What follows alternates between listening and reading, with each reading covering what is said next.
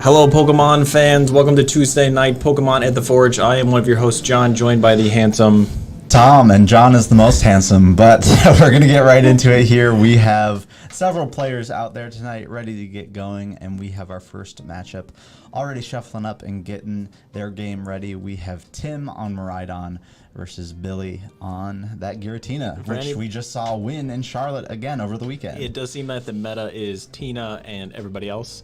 We were talking about most exciting games we've seen. We kind of know this one pretty well. So yeah, I think obviously Tim is looking to get a quick start here with those electric generators, using Miraidon's ability to get his bench set up, while Billy is definitely looking to build up that Lost Zone, get some powerful high HP attackers in play, and then in the late game start disrupting with those Roxannes and Path to the Peak. Looks like Timmy is going to start off with an attachment pass, missing the Miraidon tandem unit to fill up his bench, and Billy starting with a Battle VIP pass is about as good as it gets. We're talking about Tina is notorious for being fantastic and notorious for abyss seeking. You need to go find some cards. What are your thoughts? Yeah, I personally don't enjoy playing the deck in this format. Although it is very strong, I don't think that you can discount Tina or say that it's a bad deck. It's just not. I think as often as consistent as I would like a deck to be for a deck that I would want to bring to a tournament. But when you get a good start, those Battle VIP passes, a couple Jet Energies, switch cards, all that in hand, you can have a really powerful start. And then it's all about finding those Colruses, getting those Tinas down, and finding all the pieces when you need them. And the nice thing is, coming up against a Miraidon deck, one of the things that hurts Lost Zone a lot, we see a second Battle VIP pass here. Great start from Billy. One of the things that can hurt Lost Zone a lot is when you get Iono'd or judged over and over every turn, but that's not something that we see Miraidon typically do. They do play some judges and Ionos, but it's usually not hammering you with those every turn. So that means Billy's going to be able to build up a pretty good hand in this game, and we see that his board state is looking pretty good as well. That's about as good as it gets. Yeah, the question is, can we see that turn 1 Colress? I haven't gotten to see his hand. If not, we might see a Jet Energy into an Abyss Seeking. I would like to remind frequent viewers, all 2 of you heroes that are watching, Billy is the same player last week who went almost the entire game without seeing that's he true. dodged a Colress the entire time. At the same time, we're talking about Tina not being that consistent, but being extremely powerful. And there's the Colress coming down. It has won the last 2 regionals here in the United States. So if you get the right matchups, if you get a little bit lucky, I mean, it is so hard to stop that 280 damage. It is so hard to stop that 1 KO from the V-Star ability, Lost Impact. Yeah, I think the interesting thing about Tina is, in the grand scheme of things, if you look at decks, it's probably lower on the scale of consistency, where you might put decks like Mew VMAX pretty high up on that scale of consistency, drawing a lot of cards and all of that. Tina might be lower on that ladder, but what it lacks in consistency, it makes up for in matchup spread, where it doesn't really take any unfavorable matchups. Everything is probably about 50-50 or better for Tina. Some people will say that the Gardevoir matchup is pretty tough for Tina, but you can just stick them with a Roxanne Path in the late game and totally disrupt the rest of the game. That way you still have outs. So and we are going to see an Abyss here with that Jet Energy, and a Lost Zone built up to 7. Oh, see a Path to the Peak get slapped down. I'm going to do some Abyss seeking. Sorry, 5 and Lost Zone. Oh no, it's going to be 7 after this. 7. Yeah. A Mirage Gate turn 1, going second. Nice work, Billy. Yeah, pretty good. At the same time, on the other side of the board, Tim getting a little bit concerned at this point. He does have the attachment for turn. Escape Rope, the Iron Hands up, hoping to amp you very much on something this turn. If he's playing the Peony Bill, he could go get some stuff, but... Yeah, we'll see what Tim's able to put together. Obviously, that Path to the Peak is definitely tough, but top decks that Iono, which means you can see a fresh hand of 6 cards, has the Flaffy as well. And Billy actually in a dangerous position if Tim is able to draw into the cards that he needs, given that 220 HP Giratina V in his active position. Looks like fresh meat for a Miraidon if Tim can get it powered up. Yeah. You Miraidon that. He's a real carnivore. Tom, I love the commentary. I've totally derailed my train of thought. You were mentioning you don't see a lot of Ionos from Miraidon decks. They do play 1 or 2, and that's extremely critical going up against any Lost Zone deck, because Billy must have had 40 cards in his hand after that. After a Colress, 3 Flower Selectings for Ninja, and an Abyss Seeking, he had to have at least 10 to 12, if not more, in hand. He's showing us that he has another Colress, which is making up for last week. That's gonna help him out a lot. And Tim playing this hand a little bit slowly might mean there's some difficult decisions in there, or just not a lot going on, unfortunately. Have to find a way to bump Path to the Peak in order to get the tandem unit going. Does he have any way to find the Miraidon? I think I see an EXP share.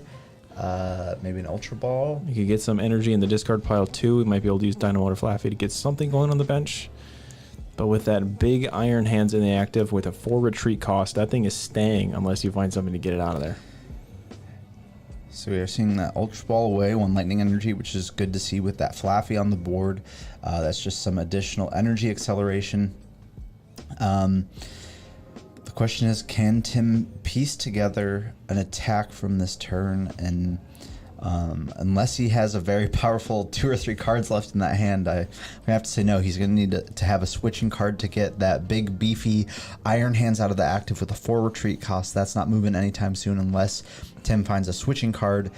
He's going to need an Electric Generator to hit at least 1, if not 2, to power up a Miraidon. Then he also has that Flaffy. So there's going to have to be a lot going on in that hand with just a few cards for Tim to see a knockout here. Does he play a worker, or what is he going to be needing to bump that stadium?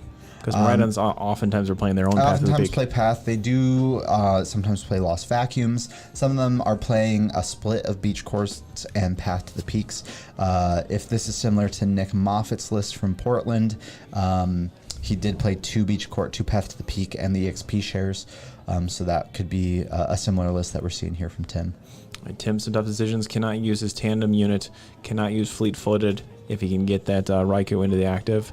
I think we might just see an attached pass. Already use the Iono as his supporter. Kind of running out of options here a little bit in that 2 or 3 card hand.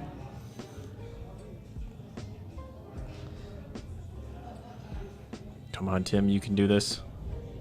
I think he did have the Electric Generator in hand. Double Turbo Energy. Here we go. So this needs to switch and then back into the active somehow if he can use Electric Generator.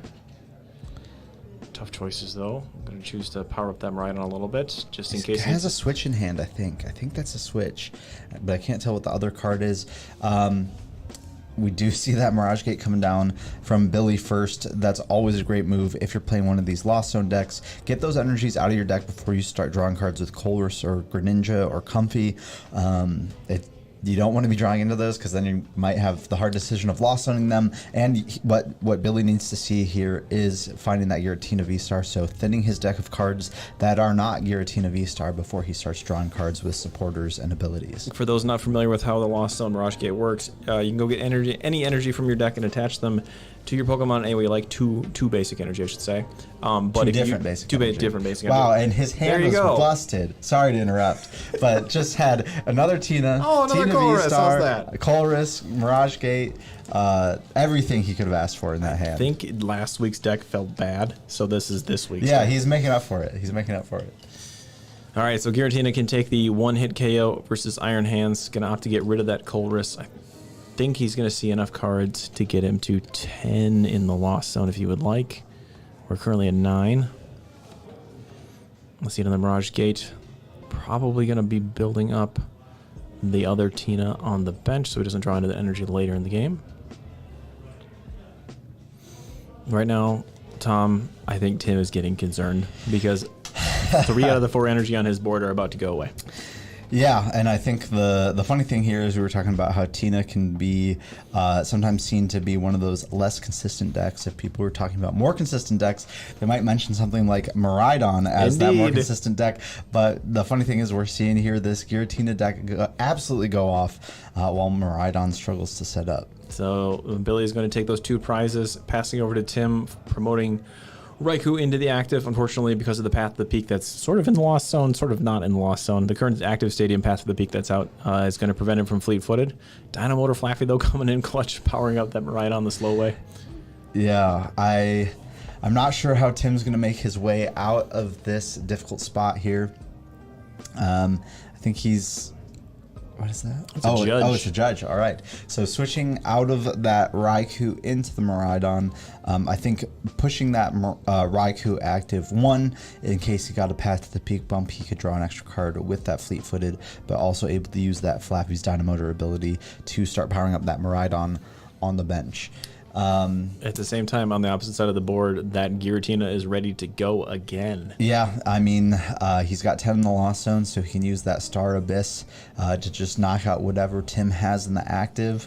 And there's no way for Tim to one-shot that Giratina V-Star on this turn. Doesn't have enough energy, or a Raichu V out. Even if he did have a Raichu V out, he doesn't have enough energy. Does find a Mareep, though, coming in clutch. Yeah, there's another Mareep. The funny thing about that, though, is Lost Zone is one of those decks where normally you just can't afford to bench two Flaffy because you're kind of giving up two prize cards to a Greninja. But he does see that two water energies are already in the Lost Zone, so that Greninja is no longer an option for ability to use. Opting to attach some energy to Zapdos. Halfway decent single prize attacker. I think right now he might be trying to pivot into the Raichu play, so just get enough energy on the board so that he can two-shot maybe the Giratina V-Star. 280 health, though, is pretty hard to overcome with just a Miraidon that's powered up currently. Oh, excuse me, it'd be 230 damage because of the Zapdos on the bench. So I wonder if he's got another switch card in hand to get that Miraidon out of the active spot. Maybe he benched that other Mareep as sort of fodder that he can send up. A sacrificial lamb, if you will. will. A sacrificial lamb, absolutely. Another generator. See if we can hit one. Historically on stream, it has not gone well. He hits two. Three. Oh, can only attach two, but he did find three.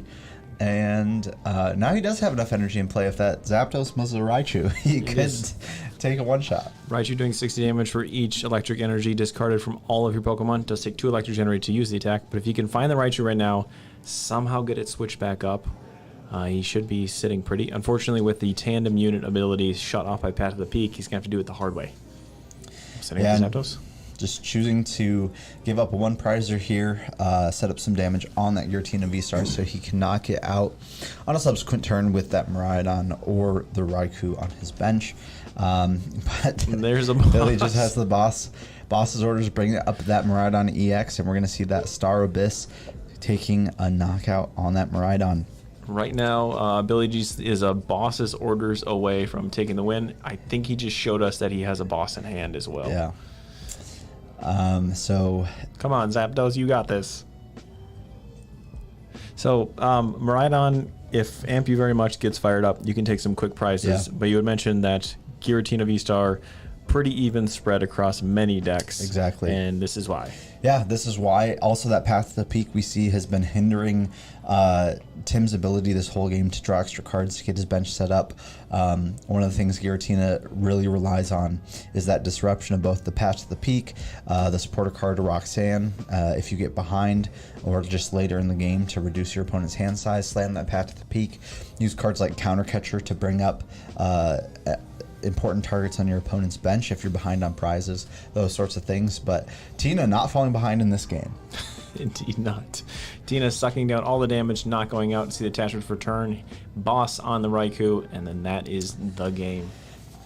All right. Well, that was a quick one for sure. Opposite of last week's game. It was absolutely the opposite. Billy, I think, was playing against Austin round 1 of last week, and I don't think he saw Colress the entire game until about turn 10. We are saying now that Colress is apologizing, and that's why he saw him one every single time. Getting to 7 in the loss on your first turn is absolutely awesome. Yeah, anytime that you can use 3 Comfies and a Colress, that's just very good. So the math kind of works out in your favor. If you go first as one of these Lost Zone decks, you really want to be able to utilize 3 Comfies, because usually they're not playing things like Lost Vacuum now. So if you use 3 Comfies and then you use a Colress, that means just 2 more Comfies gets you that crucial 7 number.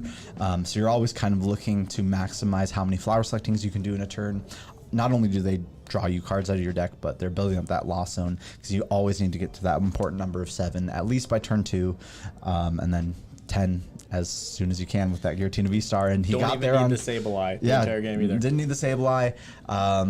And we saw that path to the peak just disrupting Tim's setup the whole time. Tim too, probably hoping to get the Ambu very much to take 2 prize cards early on his second turn. Unfortunately, the electric generators weren't there. Tandem unit wasn't finding anything. Yeah. He didn't find Miraidon on the first turn, which is crucial for Miraidon's setup. Yeah. All right. Pivoting here a little bit, you had talked about the Giratina V-Star deck. Did you end up playing that this week at Charlotte? No, I did not. When are we going to see it? Wait. Well, I did play a Giratina V-Star in my deck, but it wasn't the normal Giratina V-Star deck. So it was sort of a take on the Tord pile that we'd seen. I forget which tournament it was at. He had first played it with the Palkia V-Star. It was Gdansk, maybe? Yeah, he'd first played it with the Palkia V-Star so that the Palkia V-Star's V-Star power could power up the Greninja or the Kyogre. He thought of it as a 5th Mirage Gate, essentially, in the deck. And the next time we saw him play it, he had replaced that Palkia with a Giratina V-Star, and so it was sort of Lost Pile that played Iron Hands, Roaring Moon, and Giratina V-Star. First, we're going to see Miraidon in Lost Box in Tom's deck. No. So I liked the concept of a Lost Pile that was a little bit more consistent than Giratina. Sure. Like as a deck, you get to play more Pokegears, more switching cards, that sort of thing. So I think my deck played 2 more switching cards than you normally see in like a Giratina V-Star deck. More comfies means more drawing, more consistency, and I was able to fit in 2 Pokegears as well, and a couple extra supporters.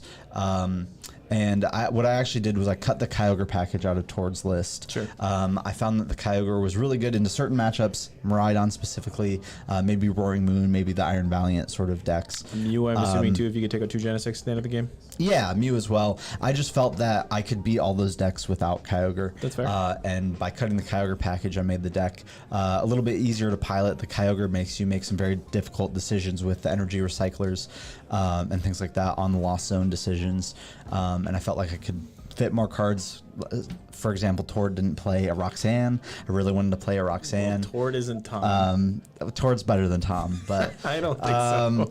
No, I had a few. I had different ideas for how I wanted the deck to go, but I really liked the idea of both being able to Iron Hands and essentially having 2 Tina V-Star powers in the deck by using Giratina on one turn and then into the Roaring. So you go to the Charizard matchup, you blow them up once you get those 10 in the Lost Zone. Yeah, exactly. And I really just I think the power of Giratina V as a card and Giratina V-Star as a card they're some of the strongest attacking cards in the game. I just haven't really liked the consistency of the Giratina V-Star deck as a pure deck. Giratina V-Star. Yes. Yeah, so I kind of felt that this deck was a little bit more consistent. It was a little bit more creative as well. I think it keeps your opponent guessing throughout the game, where they see a Giratina V come down, they see Grass Energy, Psychic Energy, and then you smack them with an Iron Hands kind of out of nowhere. Is a little bit fun as well. And I don't mean to turn into a complete Tom interview, but you had some success. You ended up in the points. Yeah, I did get top 512. Not as good as I wanted to. I think I went 5-2-2. Started the day a little bit rough. I think I started at like. I think you were 2-2-2 pretty early in the day. Yeah, I was one. I started the day like 1-2-2. So like pretty quickly, I was like out of day 2. Okay. But I fought back 1-4 in a row to get to 5-2-2, which was what I needed to get top 512, which was nice. Got me 20 points. And regionals points are really important because they're kind of points that you can't ever get back if you miss them. Indeed. And we're running out of regionals. We've got 4 left here in the United States. And you're over 500 points right now? I'm at 501. Congratulations, Tom. You are well on your way. You're headed to EUIC. You're headed to NAIC. Yeah. You're headed to not Knoxville. Indianapolis. Yeah, so Indianapolis is my only other regional, and then EUIC and NAIC. I'm looking forward to seeing you at Worlds, Tom. I hope so. I hope it's so. Gonna be great. It would be pretty hard to throw at this point. I don't believe Vance Kelly has recently won a regional, so this bodes well for you. If you don't win a regional, that might make you a better Worlds competitor. I just haven't played Mew VMAX all season, You though. just need this is true. Yeah. All right, not to bring it back around here to the one viewer hero who's chimed in to join us tonight. We will be right back with a winner interview of Billy. Might be a brief break after that because that game was really quick. Yeah. So, we'll be right back with an interview of Billy, and then we'll be back after that with round 2. You got time to get a snack. Cheers.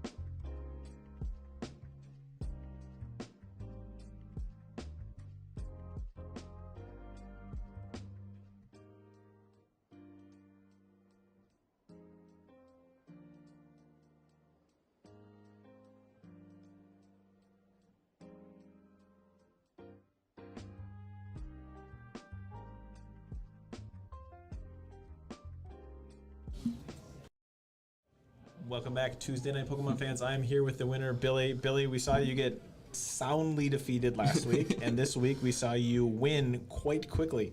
Tell me about the early game and your setup. What was going No, on just there? had a nice opening hand, got Battle VIP Pass, and then after that, hit the second Battle VIP Pass off the Comfy, and then when I retreated, hit the back-to-back Colress I needed also, which just escalated where I was able to retreat off of the Escape Rope and then Abyss Seeking, so when I went second, Mirage Gate was open up, so if I hit a V-Star, it was just back-to-back attacks. 7 in the Lost Zone is exactly what you're looking for, and then you found the V-Star immediately Yep. afterwards, and at that point it was just Giratina is off the races. Yep, pretty much. So you see you're going up against Miraidon, you slapped down Path to the Peak, so you know Tandem Unit is not going to be kicking in unless they can bump the stadium. Yep. At that point, how are you feeling? Like, what was your game plan? Just It was let's just go ride the ride? Yeah, pretty much. It's just make sure I was at 10, so the V-Star was active too, so. Fantastic. And made sure that the second Tina was had enough energy, so if the first one got knocked out, I could follow up with the second. You didn't even have to worry about it because the Tina had sucked down 2 hits and then that was it.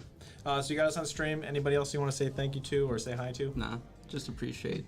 You got it. Well, Billy, nice game. We'll make sure you get one of John's signature lucky dice Yeah, on the way out. definitely. You to the 3 viewers that are watching, we'll be right back. Tom and I are going to do some banter and make fun of each other here on stream. You got time to get another snack, though. We will be right back.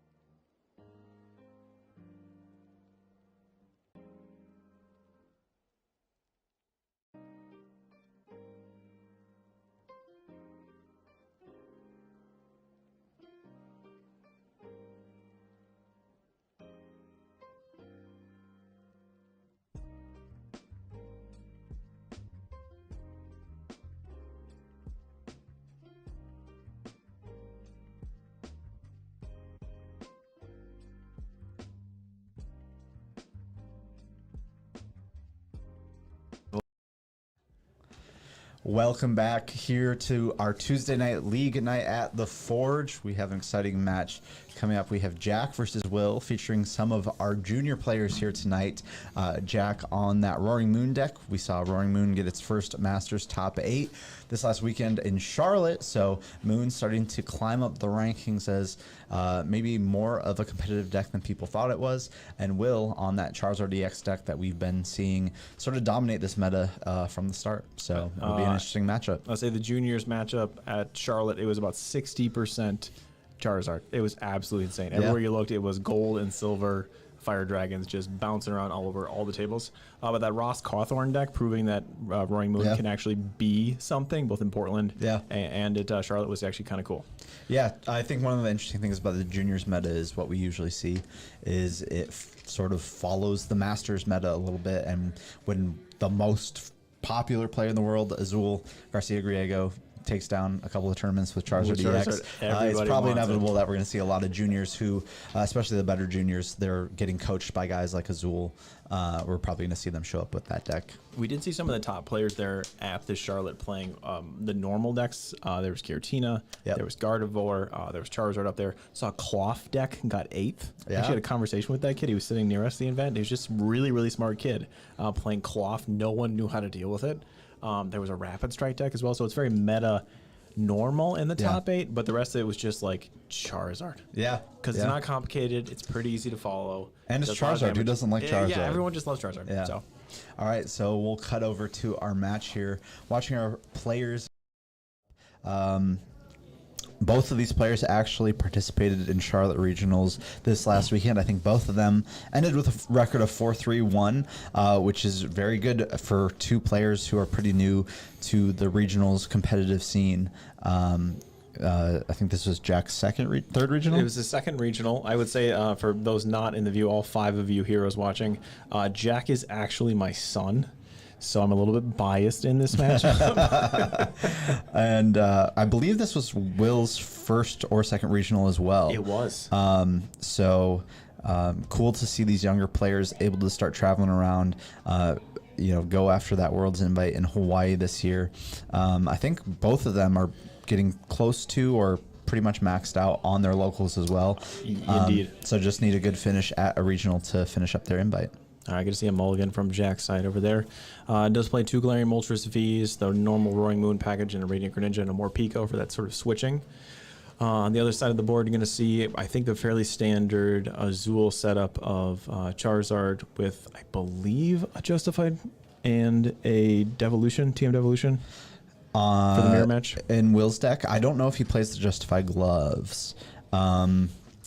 I do know that a lot of these Charizard decks are playing that TM Devolution. I think a lot of them have moved to that Vitality band. So that is interesting because if Jack takes a prize, if he's not playing the Justified Gloves, Will can't one-shot a Roaring Moon yet with 230 HP. Charizard would do 210 damage after Jack taking 1 prize. With a Vitality band, that's only 220.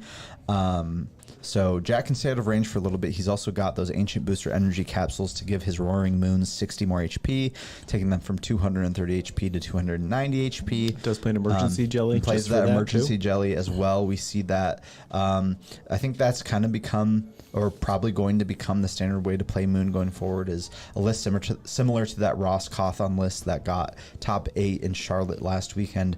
Playing only 2 Professor Sadas, leaning more into an Iono Professor's Research build, relying on those energy switches, the Galarian Moltres V and Dark Patches to power up these Roaring Moons, rather than just solely relying on that Professor Sadas Vitality. Jack with a halfway decent start, 2 Roaring Moons on his bench, and a draw supporter in the active. Did see a Battle VIP pass from William, though, starting Manaphy. You don't need it in this matchup, so let it die first, I suppose. Yeah. Not a bad starter for Will. Like you said, in this matchup, doesn't really care if that Manaphy gets knocked out.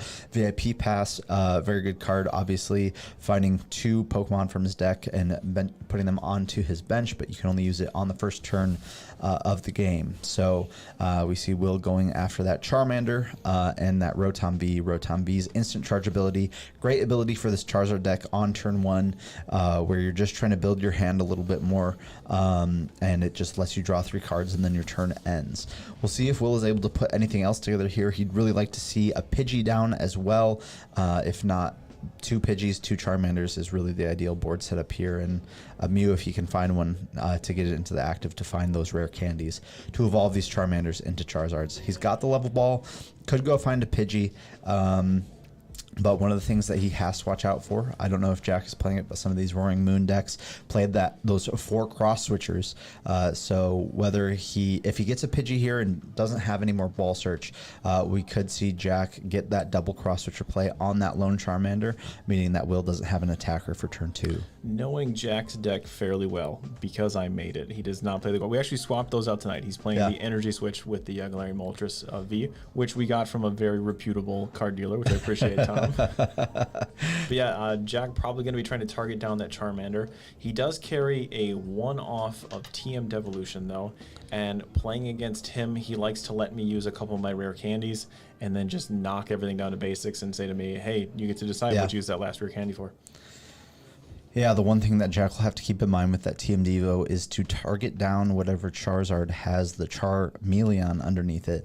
So these Charizard decks usually rely on that rare candy item card, which is essentially an item card that lets you skip a middle evolution. So Charmander normally has to evolve into Charmeleon before it can evolve into Charizard. But if you utilize rare candy, you can skip that stage 1 evolution and just evolve Charmander right into Charizard. But TM Devolution, a very strong tool card coming out of the recent Paradox Rift expansion, says for 1 energy, you can put the highest evolution Pokemon from all of your opponent's Pokemon into their hand. So if Will burns through his rare candies early on in the game and Jack hits him with that TM Devolution, Will might not have a way to get a Charizard back into the active spot. Rare Candy, since the inception of the game, they did change the rules that you can't use it on the same turn you play it, but an extremely powerful card. That TM Devolution, though, is really, you have 4 of them to use unless you've got some interesting item recovery, like a Silene. But yeah, it's extremely powerful unto itself. Yeah, Jack with a good start here. Battle VIP Pass, finding that Squawkabilly EX and that Galarian Moltres V. Squawkabilly EX, a key card to this Roaring Moon deck, has an ability that says if it is your first turn, you can use this ability to discard your hand and draw 6 cards. So a great way for this deck to set up. And then that Galarian Moltres V, an important ability as well. It says once during your turn, you can attach a dark energy from your deck or from your discard pile to this Galarian Moltres V. And with the energy switch item cards in Jack's deck, which allows you to switch an energy from one of your Pokemon to another of your Pokemon, you can utilize that Galarian Moltres V's ability to essentially power up your Roaring Moons by switching the energy. That's a tough choice, though. Opting to put that Dark Patch is extremely crucial in powering those guys. You wonder what that last card in Jack's hand is. I wonder if it's a supporter. It could be a Sadus, going to try to slap that on there. C3, going to be getting rid of it, though, with the Squawk and Seas. Could be a second Dark Patch. You never know. Indeed. Right now, though, he needs to get some of that energy into the discard pile. This Morpeko, a very strong attacker in this matchup. Its attack only does 70 damage, but all of these small basic Pokemon on Will's side of the board have 70 HP or less. The Morpeko then takes all the energy attached to it and moves it to the bench, so saving that energy while also taking a knockout. Indeed. And it was the second Dark Patch wow. in that hand. I was going to say that was a tough choice to get rid of Dark Patch. You must have something going there. Going to Squawk and Seas and just see 6 fresh cards. Yeah, I think there's always the option there to Greninja that Dark Energy away first. You have the Ultra Ball in hand, so if you draw into another Dark Energy, you might be able to Ultra Ball away 2 Dark Energy and use both Dark Patches there instead of discarding one. You did mention the Ancient Booster Capsule adding 60 health to that Roaring Moon. I know that the Lost Vacuum played on the Charizard usually going to kick that down. Trekking Shoes, putting energy in the discard pile. Going to be useful if he finds an energy switch. He can slap down the Galarian Moltres V. Looks like he's got a Professor Sada, yeah. So Professor Sada's Vitality, a very strong supporter card from the recent expansion. Lets you attach an energy from your discard pile to 2 of your ancient Pokemon in play, and then draw 3 cards. I think we might be seeing someone rip that Pokestop, though.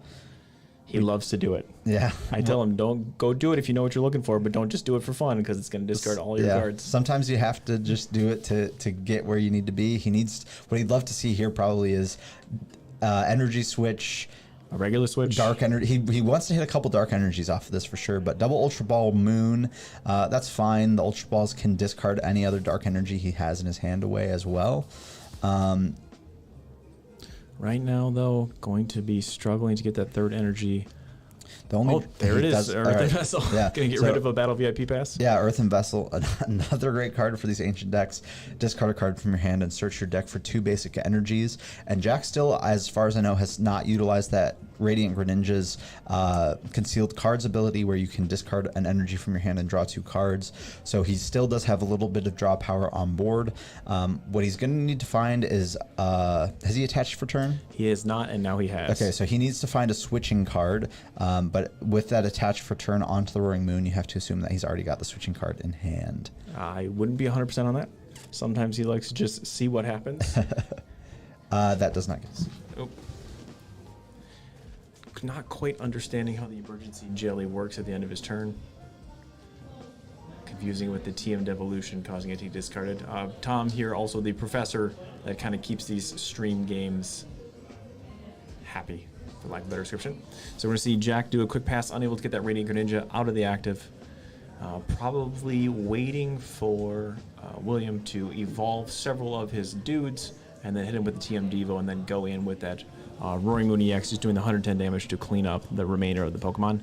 Jack does like to slow play these Charizard matches. It was one of his toughest at Charlotte. We've made some changes and he's playing them a lot better. So Tom, they're doing some clarification on how Emergency Jelly works. Emergency Jelly, if your Pokemon is at 30 HP or less and has any damage counters on it, that Emergency Jelly brings them back up, heals them for 120 damage, and then is discarded. I think Jack was confused that it had to happen at the end of the turn regardless. So.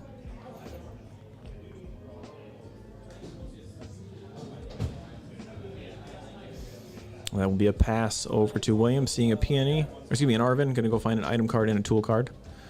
Tom, thanks for being on the ball that you don't discard that like you do a TM Devolution. I see a Forest Seal Stone and a rare candy. Forest Seal Stone going on the Rotom. If William does not have what he needs in hand, that Forest Seal Stone is going to go get that Charizard, probably a Pidgeot EX though, so that he can go then use Quick Search to go get what he needs to get that Charizard evolved. Yeah, I think he already had the Pidgeot EX in hand. Now with that rare candy off of the Arven, he's going to be able to find that Pidgeot EX and then utilize that Forest Seal Stone and that Pidgeot EX's Quick Search ability to get that Charizard EX into play. Williams' counter catcher's not quite online yet. Did already use his supporter for turn, so that Roaring Moon that Jack's got on the bench is safe for now. See rare candy evolving the Pidgeot to the Pidgeot X. I'm assuming Quick Search going for... Either it depends on what's in his hand. It's probably the rare candy. If he's already got the Charizard, or if he has another rare candy, he's finding the Charizard. But we'll see what he's able to do. Obviously, that Manaphy in the active spot, but that's not going to be a problem for Charizard EX with that Infernal Rain ability. Lets him spread 3 fire energy from his deck onto his field. Only needs 2 to attack with the Charizard, so he can use that third to attach to the Manaphy to manually retreat it out of that active position. Indeed. You see really great sequencing from William here. He's had a great coach in Ryan, our local organizer, helping him get those Charizards and the Pidgeots set up. You see the Infernal Rain coming down, 2 fire energy on the Charizard, probably 1 onto the Manaphy so it can retreat out of the active. I do believe William also runs a Super Rod. The deck runs a little bit light on fire energy. You have to kind of be careful with how you maintain your resources, because if you've prized 1 or 2, your resources can get a little bit tight. You go to Infernal Rain and there's not 2 energy in the deck for you. Is that 3 energy going on there? Oh, going on the active. So Tom, I think you're right. Going to see that Manaphy attach retreat from the Infernal Rain. And that Charizard's going to step up and take a pretty easy knockout on that Radiant Greninja. Yeah, it's kind of an interesting position to be in for Will. I would... It's hard because you don't really want to take the knockout on this Greninja. You know you're just sacrificing this Charizard EX, and you don't really have any other attackers on your board. And Will making that conscious decision to just use Instant Charge from Rotom B, and I think that's a very good play from Will. That was a great choice, yep. He doesn't have any other attackers set up on his bench, so he can't just go ahead and give up this Charizard EX because if he takes the knockout on the Greninja, that Roaring Moon can just come up. Did Jack draw for turn? He did. Okay. Yeah. So we see energy switch coming down from that Galarian Moltres V, switching that dark energy onto the other Roaring Moon that doesn't have any energy attached. And we'll see if Jack is able to find the boss's orders to go after that Charizard EX. If he does find that boss's orders, I think this game might be... and we do see an Iono. So Iono coming down from Jack, both players shuffling their hands, putting it on the bottom of the deck. I think Jack's play right now is Iono TM Devo, because if he can get rid of whatever William's got in his hand, he's going to send this Charizard back down to basics because it was a rare candy one. That would be a pretty bold play from Jack. Yeah. That would mean 2 rare candies down for Will, 2 left in deck, but off an Iono, he'd have to find at least an Arven or something like that to go find another one of those rare candies. He's already used the Forest Seal Stone, so it might just be this turn. If he can't find it, if that's what Jack's doing, Jack can be in a pretty good position to take some single prizes. There goes the Town Store. Can grab the trekking shoes and the Battle VIP Pass. Town Store, unfortunate thing to discard there. Could have found the Team Indeed. Devo you were talking about.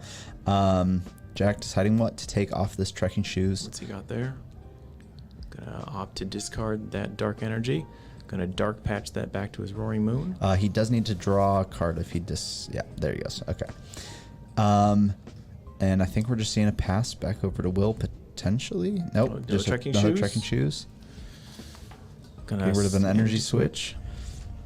Could have used the energy switch to attach to the active and retreat. At the same time, right now, I think he's waiting for Will to make his move. Yeah, I think it's they're kind of playing chicken right now. I know Jack does play some boss's orders, I think, in this deck list. So if he's able to just hold off and make Will take another turn, make the first attack, and that's what we're seeing. Jack just passing back over to Will. Will benching that Charmander.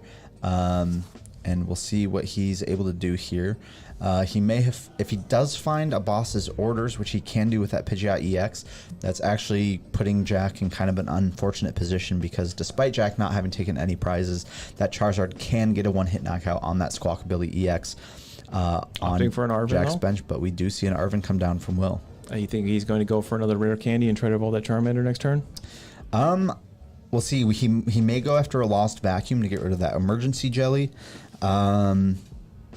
There's a couple of things that he could do here, and we do see that Lost Vacuum coming down. I do think, though, somebody's got to take the momentum here for this game, and I think Will had a chance to do that there. He has the Charmander on the bench, would have had that Arven in hand for the next turn to find rare candy. He could have quick searched here for boss's orders to take the first 2 prizes, and then this game just becomes a game of who can race to 6, essentially take 2 prizes each turn. And Charizard is in a pretty good position to be able to do that.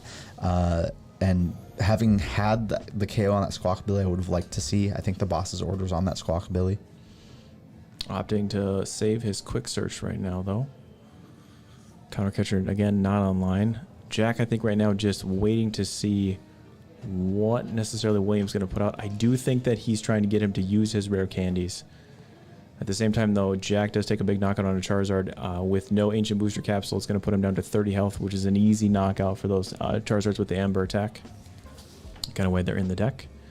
Going to attach return. Oh, rethinking that. And we're going to see a pass. Now we're kind of in a position of it's just who Who finds wants to boss's go orders first? first, and I think Will needed to take that momentum there and find that boss's orders to boss that Squawkabilly, because if Jack finds the boss's orders on this turn, I think that puts Jack way ahead in this game, knocking out that only Charizard EX on Will's side of the field. I think he's actually just so excited to use TM Devolution that he's just absolutely crushing to do it. Gonna use Galarian Moltres' Dire Flame Wings ability. Could use the energy switch, put it onto the active, and then retreat that. He would have to find the boss's orders, though, like you mentioned, Tom. I see an energy switch onto the active. Does he have the boss's orders in hand? TM Devolution. Oh, here comes the Devolution. We're going to leave that Radiant Greninja in hand. Say, William, you deal with this. See the Pidgeot go back into hand and the Charizard go back into hand. And the energy will stay on the active for the retreat in the future. TM Devolution is actually an attack discarded if you attach it on that turn. So William down 2 rare candies. Got the energy he needs on one of the Charmanders, though. And there's the rare candy. And there's the Pidgeot EX. Fortunately for Jack, that might have been a wasted turn. Yeah, it depends on if Will prize the 4th candy. That's the question.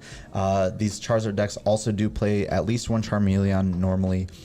So Will can always evolve up the traditional way, going from Charmander to Charmeleon to Charizard if he doesn't have that 4th rare candy. Pretty slow game we got going here, Tom. Yeah. Waiting for the first move. First attack was a TM Devo. No one's taken any big swings yet. William using his quick search ability right now to go into his deck. Probably being a little bit more cautious, wondering if Jack plays a TM Devo or a way to recover it, which he does not. I'd like to say a shout out to the 4 viewers who are currently watching us right now. The 5 viewers who are watching us right now, we really do appreciate you chiming in or watching us here at the Forge. We want to throw a note in chat. Tom and I can see them. Try to keep it as family friendly as possible. All right, so William using the quick search ability. Let's see what he decides to go and get.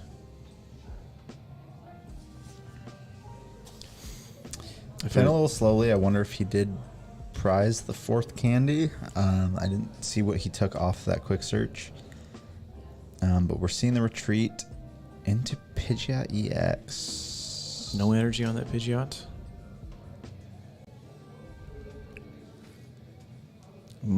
Hopefully William's got something going. We're going to see a boss's orders.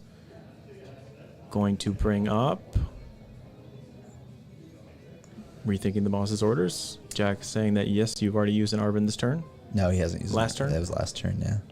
You can see the squawk brought up.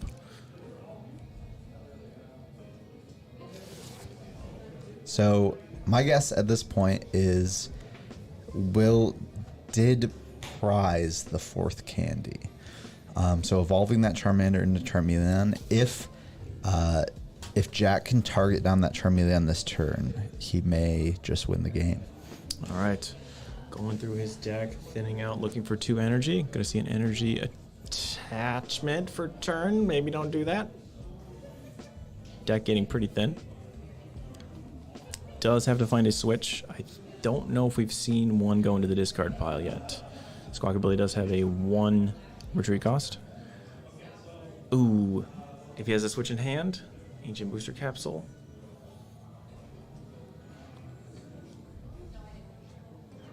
Jack actually in danger of decking himself out at this point as well.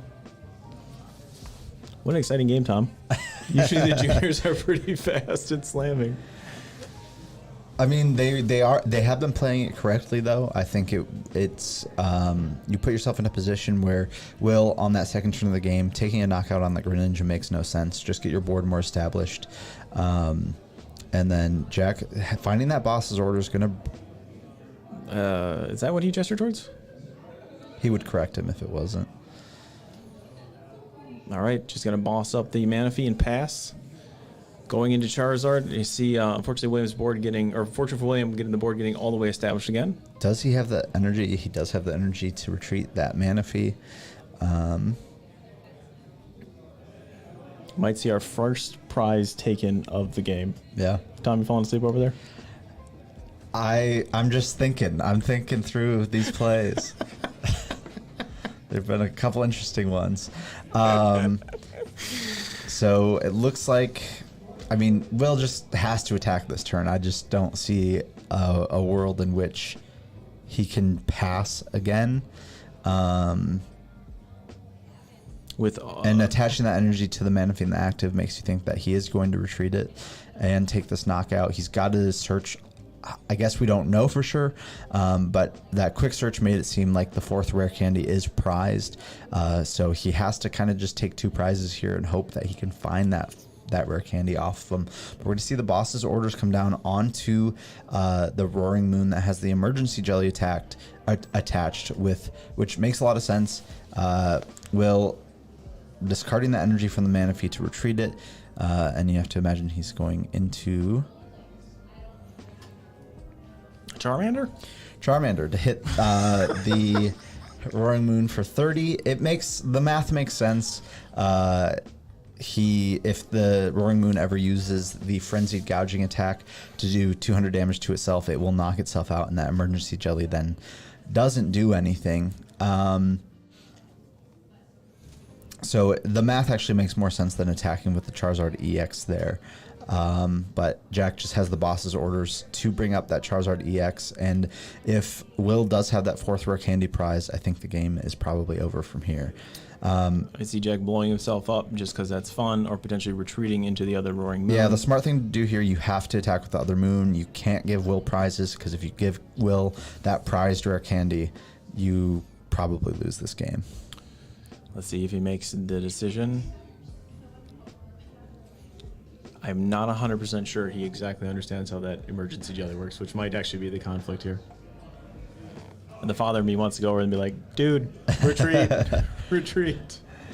I mean, he does play switch carts, right? We haven't seen a lot Indeed. of those We've come not seen a down. So switch switch yet. cart would heal that damage off of the Roaring Moon, which would be very good. He's still got the Pokestop in play, so he Actually, we're just playing switches because we were playing the Darkrai V-Star, and sometimes that had to get out of the active.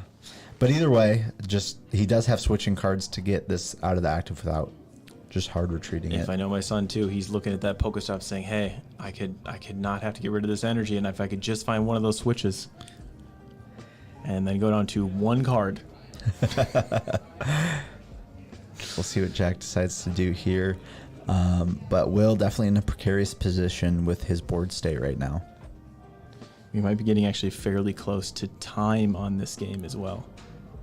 Oh, I think actually Jack was asking Ryan on how Emergency Jelly works. Gotcha. Which is smart.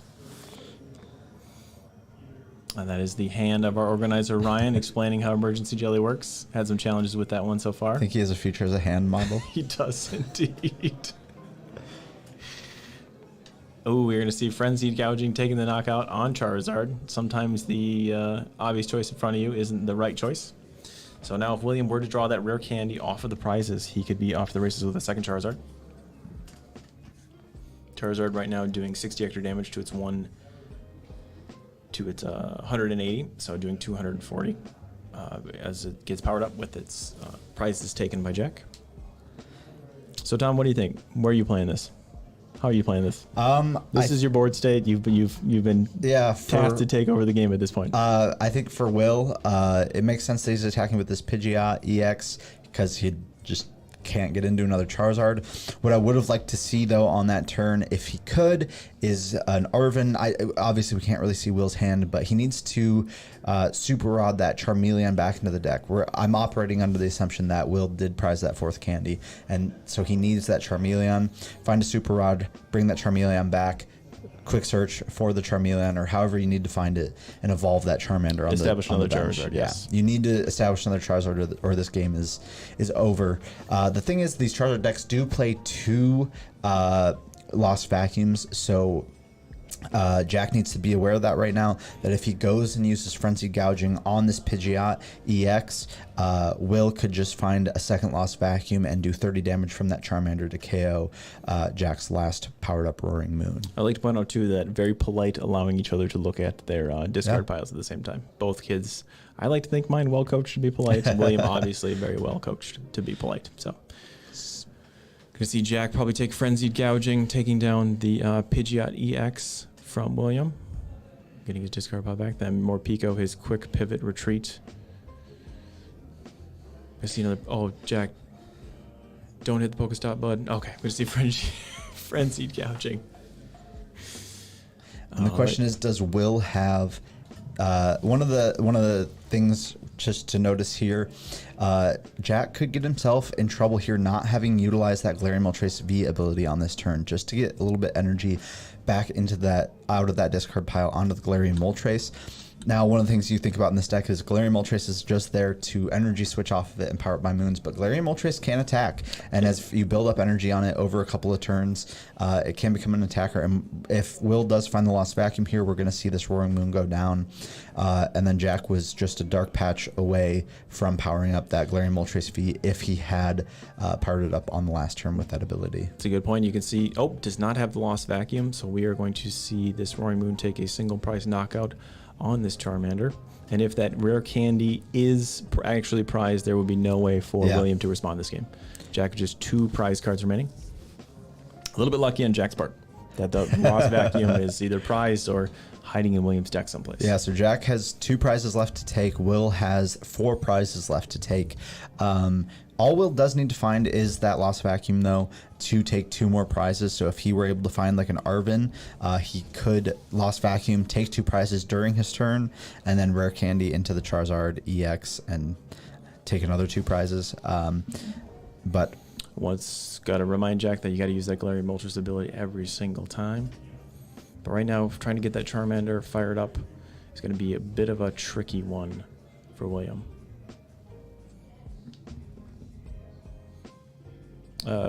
From the Charlotte, watching the decks fly all over the place in the juniors division. Pretty sloppy play, but it is fun to watch these 10 and 11-year-olds play each other at a game that you know obviously very well, Tom. You would have played this a little bit differently. I mean, that's just the difference between juniors and masters, and these are 2 great players locally that are working on their first season, first Worlds Invite, and they're both playing very well.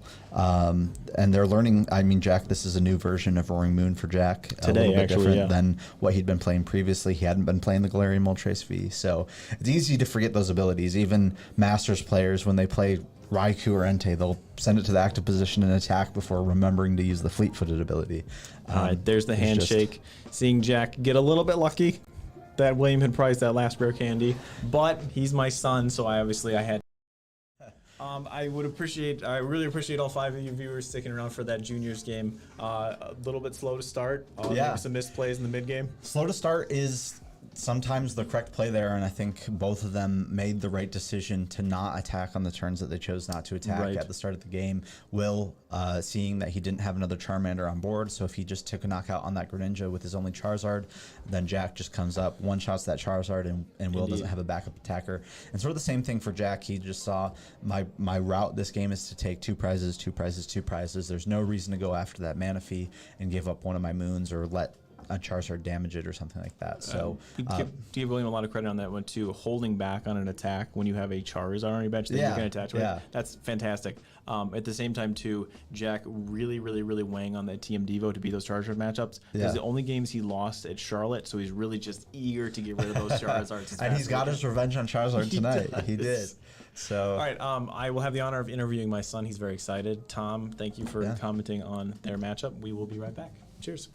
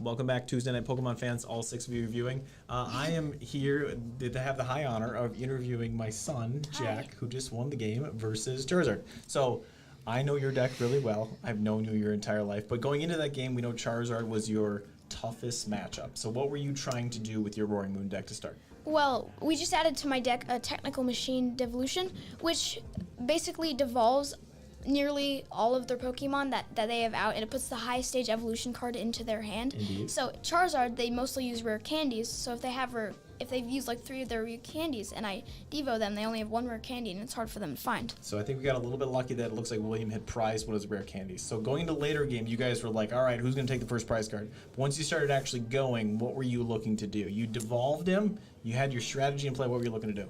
I was trying to knock out his Pokemon, which is the point of the game, but I was trying to maybe get some of his Charizards out of the board so he couldn't get more things going even with his rare candies left, because he was getting a lot of his things going, so when I Devoed, it really hit him.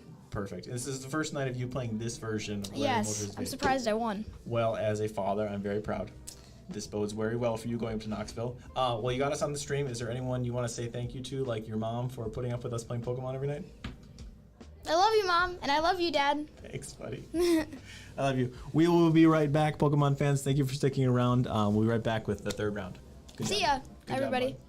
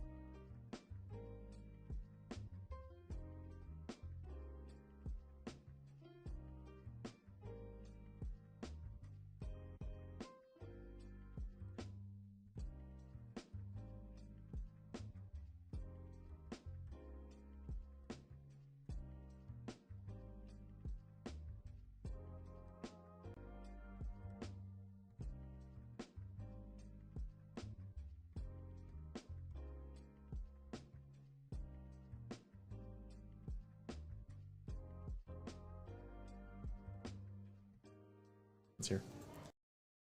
Welcome back, Pokemon fans, all you 5 heroes out there. We're into round 3. We've got a familiar face, Billy, back playing his Giratina deck that dominated earlier versus SJ. Is SJ playing Miraidon? SJ is playing Miraidon, so we get to see the same matchup again. But the question, will Billy draw as hot and will Miraidon draw as bad? That remains to be seen. So let's move over to our game here. Generators and no Chorus. That's what I'm looking for. Yeah. After the last slow game, which was fun to talk to the players afterwards, but looking for some hot. SJ right already getting a better start, a little bit of glare, but I think that is a Miraidon in the active, so he can use that tandem unit ability to start building his bench here. And we're seeing a Miraidon and a Mareep come down. And that is the free retreat Miraidon we saw him play. That is the free retreat Miraidon, yeah. Pivot card. You can use those E-generators to get the bench all built up and then start slapping things around, literally and figuratively. SJ, a bit of an animated player, which you can go see our interview from last week. I don't think we see a Battle VIP passes in Billy's hand. Gonna see the E-generator though. We're having a bit of a hard time seeing SJ's bench right now. Yeah. I think Andrew actually went over there to correct that a little bit. Do we know what's happening with SJ's bench, or are we going to guess? I believe it's a Mareep and a bad Miraidon. Wait, no, he does have the good Miraidon down there. Or it's an Iron Hands. I think that might be Iron Hands. Andrew, Tech Extraordinaire, could you go over there? And Tom's got it. We're going to go ask SJ to go make things a little bit more visible. There we go. Instinctively pushing them up. Got the Rare Art Miraidon and the Pivot, which Tom calls the bad Miraidon, and a Mareep. See an attachment for turn. The Miraidon ability we didn't see used Tim playing in the first game just because the Path of the Beak was preventing it. First turn not able to attack or use any supporters, so SJ getting a really good base setup. Generators getting onto the Iron Hands, very intimidating. This is... Oh, we're actually going to see the mats getting reset. There we go.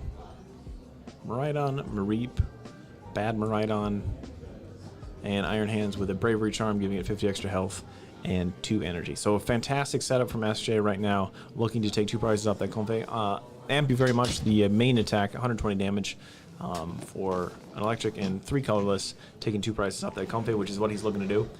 Yeah, SJ had a lot better bench than we thought. We just couldn't see it. We're going to call that Miraidon bad Miraidon from here on out.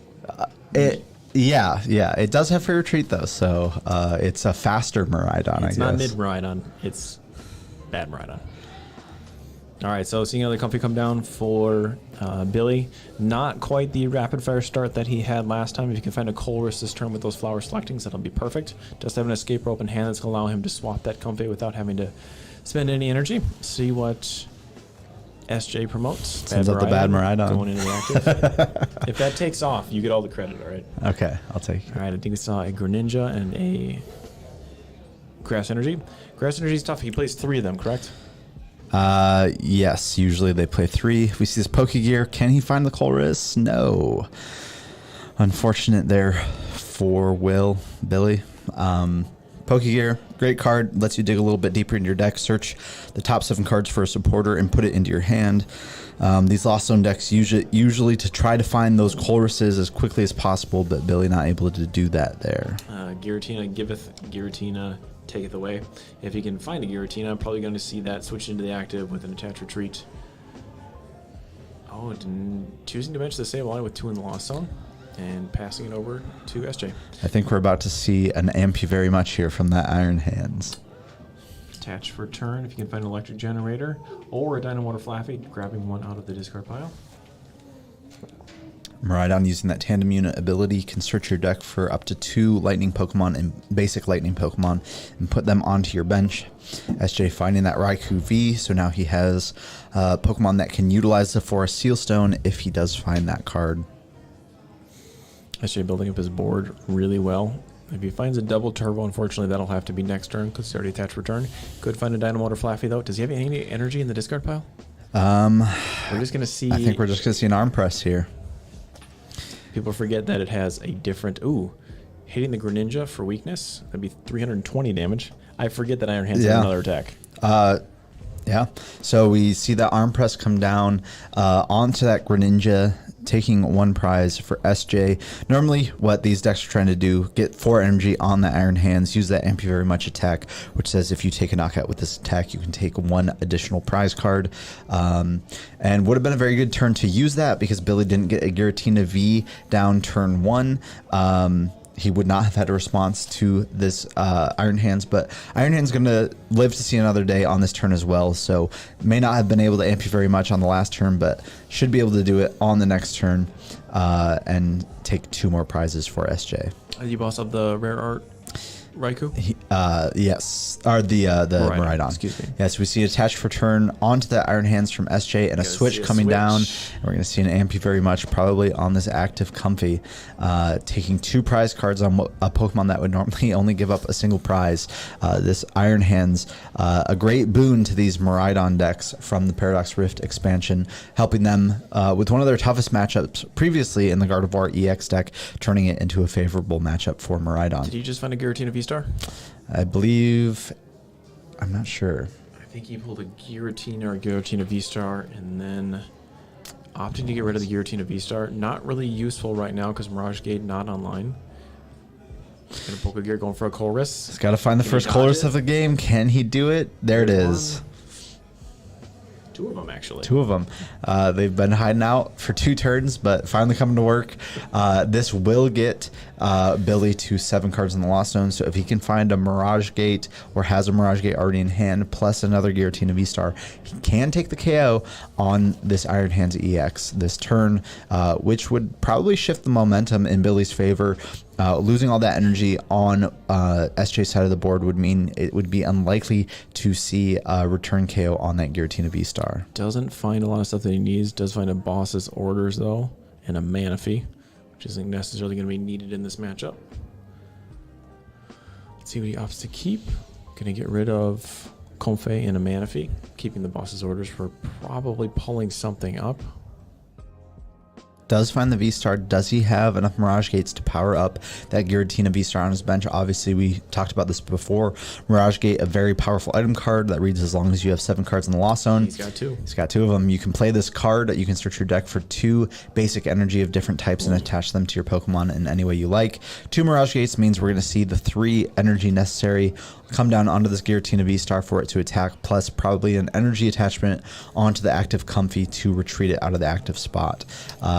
He's going to have to ask himself, though, he is going to have to discard either the Psychic in the water or one of the Grass energy. If he only plays 3 Grass energy going to the Lost Zone, that's going to make some of the future attacks from Giratina V-Star a bit more challenging.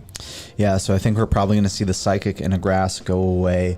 Unless he does have a switch card in hand so that he doesn't have to discard that energy off the Comfey to retreat it, but it looks like he does need to do that, but will take a KO on this Iron Hands EX on this turn, and then it's up to SJ to see if he can respond.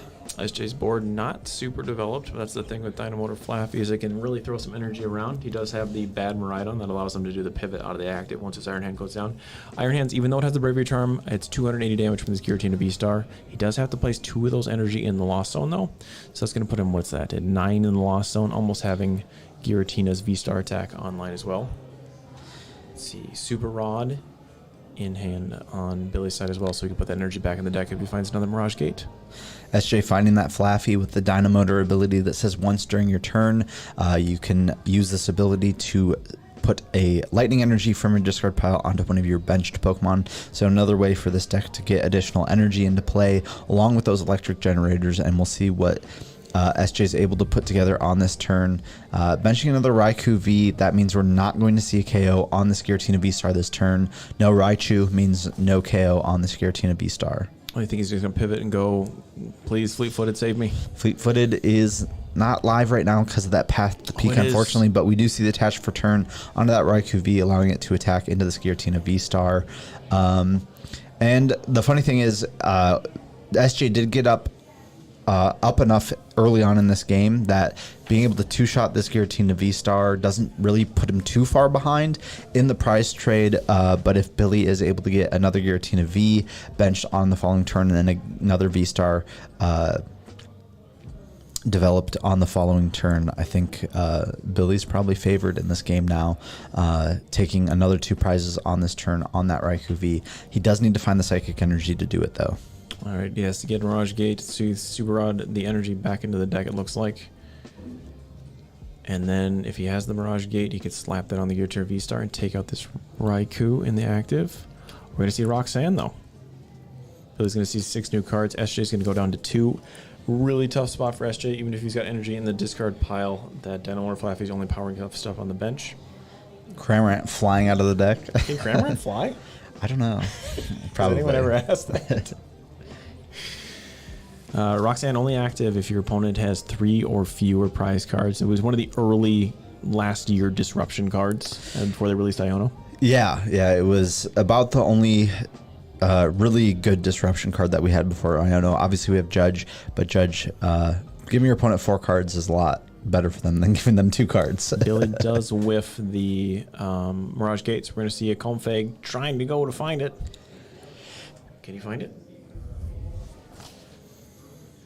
I don't think he did, or he probably would have slammed it down pretty quick. Indeed. Pokemon players are excited to slam stuff down if possible. But Tommy, you were saying if he gets another Giratina down, that's going to make the board sit a little bit better.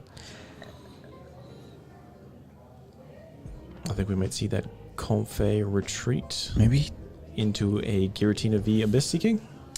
No, because he's already attached for turn onto that Comfy. Oh, indeed. So maybe just giving up that Sableye instead of giving up the Comfy. And just gonna pass. I don't think this Config's surviving. Yeah, SJ with that Professor's Research, discarding his hand and drawing 7 cards.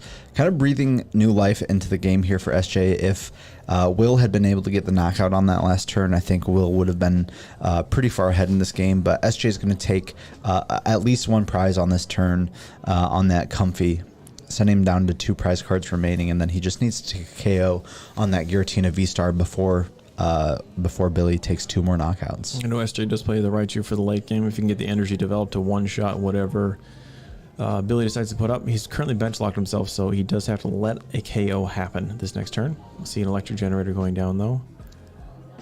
Electric Generator, C5, attached 2. Did he whiff? 0. Oof. That is the 3rd Electric Generator that SJ's used. The first one that's missed everything for him. I don't know how many energy counts that SJ plays. He's not playing the PNE build, though. We talked about that last week. Yeah. It's just the traditionals are probably like 10 or 11. Yeah. Probably about 13 lightning plus the double turbo energy for Iron Hands, potentially. That many? Yeah. See another E generator come down. Ooh, and he found Hits 2. 2. They make up for each other. They When do, one they whiffs, the other do. one finds 2. I am so sorry that happened. Here's 2. All right, SJ giving his deck a shuffle. Going to see where he puts those 2 electric energy. Probably going to be slapping onto the Raikou. And then just spreading it out. I think right now he's eyeing up getting a Raichu down. Currently doing 300 damage with energy on with an attachment next turn. And he could Dynamotor for some more by taking the single prize. Going down to 2 prizes. Do you think right now he's just waiting for the knockout so he can slap down that Raichu as fast as he can? Yeah, I think so. The other thing is he already has some damage set up on that bench Giratina V-Star, so if Billy is put into a position where he has to attack with the Giratina V-Star, then I believe SJ could just take the KO with that Raikou V that's already powered up. All right, now SJ going down to 2 cards again. I'm seeing Giratina V-Star playing a lot of hand disruption on this one. No chorus, only hand disruption. Yeah, but Billy has to find that Psychic Energy on this turn to attack, and he probably needs to get that other... Well, I guess it doesn't really matter. I think... It whiffs it. I can't tell how much... Yeah, he knows it's the concession. I think probably what Billy might have needed to do there was find like Counter Catcher, install the game, and start using Sableye to spread damage around. But as soon as that Giratina V-Star had damage on it, and SJ had that other Raikou V on the bench powered up, I think the game was pretty much over from there. The Roxanne was the last ditch attempt for him to see 6 new cards. Just find the Psychic Energy or Mirage Gate or some way to get energy onto the Giratina V-Star to take its... What's the attack called? The one-shotter? Star Abyss. Star Abyss. Lost Impact is the actual attack that it uses. Cool. So we'll be right back. No, it's Star Requiem. Star Requiem. I don't even know. Star Abyss? Someone has a Star All their Abyss, I attacks have think. I don't Star. know. Moisture Anyway. Star is the worst name of that. by Moisture the way. Star's the best one. Fair enough. No, you can't say it's the worst one. Max will come find you. Indeed. Max, if you're out there, we appreciate you watching. This is Max Johnson, former co-host. We'll be right back with an interview with SJ, who we actually talked to last week, talking about his Miraidon deck again. Stick around. We'll have a little wrap-up after that as well.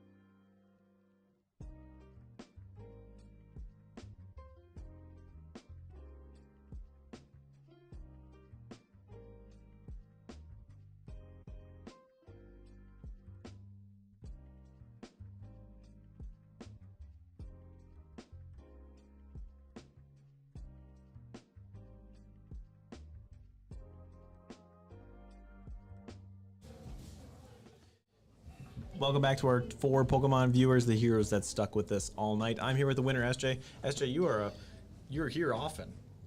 I've been gone for a bit, but You win a lot. no, I wouldn't say I win a lot. It's just I've been taking things back a little bit and trying to become more methodical. Try to find more ways to become, productive and get the most value out of Miraidon. Right, Miraidon, a deck that's known for being mid Rhydon, but you are obviously an expert at managing and getting the Iron Hands out. You're going up against Tina. Tina's known for taking big damage early, Yep. unless it flops, and it looks like you took advantage of that with that Iron Hands. What were you thinking? No, I was worried for Giratina when he hit the double Mirage Gate. I was thinking, well, I gotta find out ways to either try to play Iono or something. But my opponent would play pretty good with Roxanne's. I was fortunate. I was to top deck the research. We saw you turn the Roxanne 2 cards into 7 new Yep. cards, which is a little bit lucky, and at the same time, your opponent did not find anything he needed on both Roxannes. Yeah, I saw that. Yeah, you took advantage of that as well. I did. So later in the game, you got your 3 prizes from your Iron Hands, and then a single. Forget me. You took 1 prize, and then you took 2 with Iron Hands. Yep. So you're just looking to take 3 more. Were we seeing you set up for a Raichu slap down and breaking the table at the end of the game? Yes, I was. All right, fantastic. Raichu's the best. Raichu is the endgame attacker for those. We've talked about it previously. 60 damage for each energy, lightning energy discarded. So Yep. you had enough to blow up anything in the format, it looks like. Yes, it seems like it. Cool. SJ, anybody you want to say hi to here on the stream? Just my brother, Scrubs, Jaquan. I'm here again. In the winner's seat, congratulations. Yeah, thank you. And to you viewers, stick around. We'll have a little wrap up with Tom and I saying thank you to the people that have made this possible. Yeah, we'll be right back. Nice job, SJ. Yeah.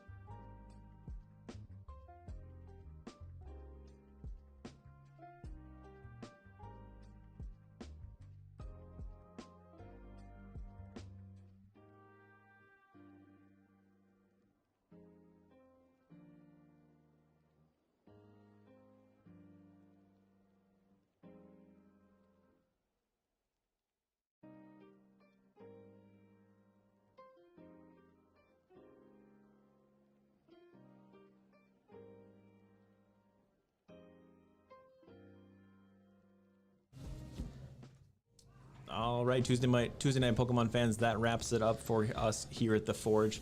I actually wanted to say a huge thank you to you, Tom, for doing this with me. This is almost always the highlight of my week, and your knowledge of this game and your ability to like say what's happening and predict what's happening.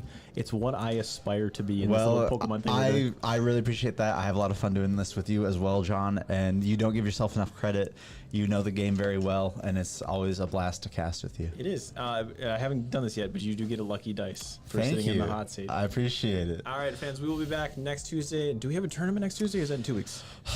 It's in 2 weeks. I think next Tuesday, we're not quite into February yet, but the first Tuesday of February will be our league challenge here at the Forge.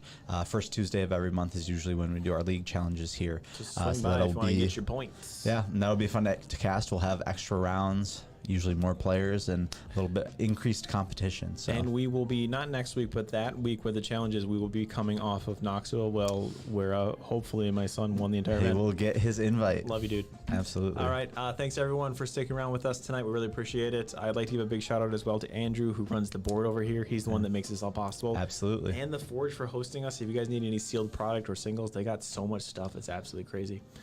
Tom, anything else you want to say? That about wraps it up. Thank you, John. Always appreciate casting with you, and we will see everyone next week. See you in a week, guys. Cheers.